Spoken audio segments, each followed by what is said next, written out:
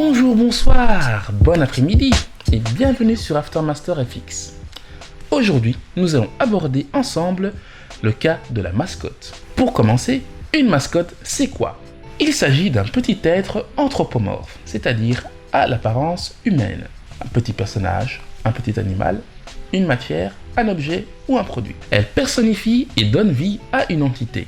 Une société, une marque, un produit, un groupe de personnes ou une institution. La mascotte peut être le symbole visuel du logo d'une entité ou bien un personnage à part entière séparé du logo.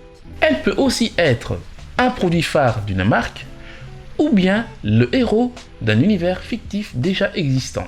Enfin, elle peut porter sur elle le logo de la dite entité en elle-même. Quels sont les avantages de la mascotte ? La mascotte participe activement au développement de l'entité qu'elle représente. Elle augmente également le capital sympathie avec le client. Elle interagit directement avec lui, le guide et le conseille. De plus, un univers entier peut se développer autour d'une mascotte à succès et d'autres mascottes supplémentaires peuvent finir par voir le jour. Enfin, la mascotte se décline sous bien plus de formats que le logo. Des jeux, des jouets, des peluches, des bandes dessinées, des métrages, des jeux vidéo peuvent être adaptés à partir de celle-ci. Alors, quelles sont les obligations de la mascotte ? Tout d'abord, elle se doit de véhiculer les valeurs de l'entité qu'elle représente. Elle se doit également de plaire à un maximum de personnes, grands comme petits.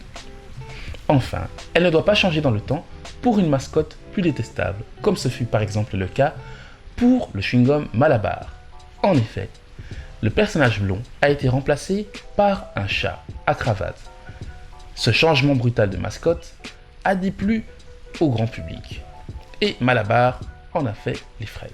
Pour résumer, si le logo est une identité visuelle, la mascotte, elle, est un faire-valoir ou un acolyte qui sert à dynamiser et donner une bonne image de l'entreprise ainsi que de créer un contact direct et humain avec le client. Pour les mêmes raisons que celles du logo, il est fortement conseillé de faire appel au service d'un graphiste professionnel afin de créer votre mascotte qui vous correspondra le mieux et qui vous attirera le plus de clients. J'espère que cette vidéo vous aura plu.